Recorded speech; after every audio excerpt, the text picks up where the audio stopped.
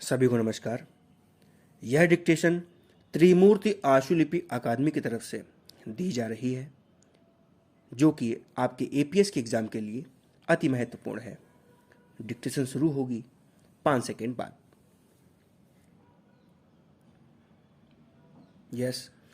इसमें दो राय नहीं कि हाल के वर्षों में कंपनियों के अहम पदों पर नियुक्तियों में महिलाओं को प्राथमिकता देने की प्रवृत्ति तेज हुई है, लेकिन जो बदलाव आए हैं या आ रहे हैं वे इतने छोटे पैमाने पर और धीमी प्रक्रिया वाले हैं कि इनसे निकट भविष्य में हकीकत बदलने की उम्मीद नहीं की जा सकती है। मिसाल के तौर पर हमारे सहयोगी संगठन में किया गया एक विश्लेषण यह बताता है कि इन संगठनों में महिला डायरेक्टर मात्र 3% ही हैं। जाहिर है इसे ऊंट के मुंह में जीरा ही कहा जाएगा। समाज में सदियों से फैले पूर्वाग्रह बदलते दौर की बदली हकीकत के बावजूद जड़ जमाए बैठे हैं, जो इतनी आसानी से नहीं जाएंगे। यही वजह है कि बातचीत में महिलाओं को आगे बढ़ाने की जरूरत तो सभी बताते हैं।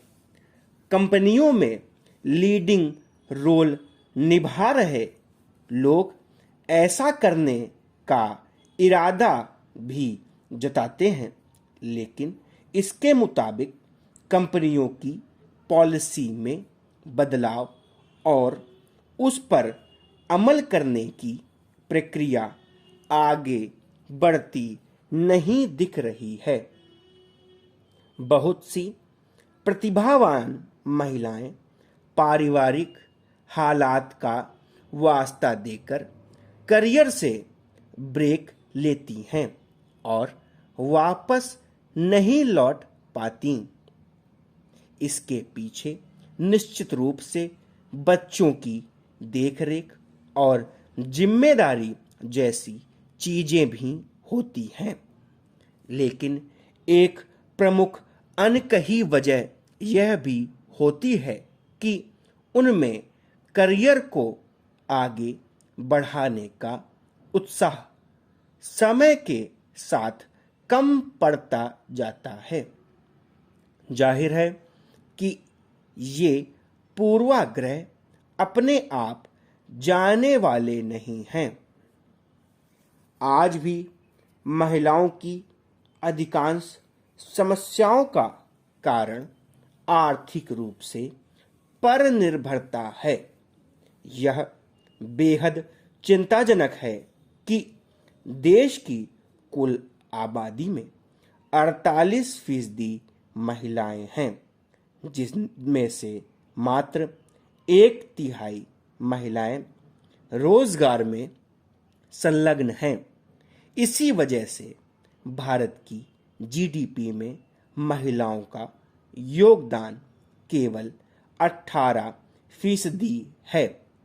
यदि परिवार के भीतर और बाहर महिलाओं के साथ होने वाले भेदभावों को समाप्त कर पुरुषों के समान अर्थव्यवस्था में भागीदारी करने के अवसर प्रदान किए जाएं, तो अन्य महिलाएं भी तेजी से प्रगति करेंगी।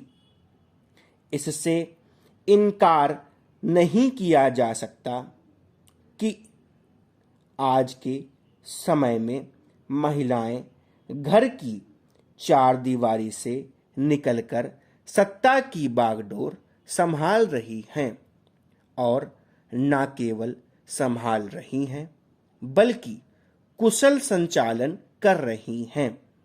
लेकिन देश में महिलाओं की आबादी के अनुसार देखें तो राजनीति में महिलाओं की संख्या अभी भी काफी कम है।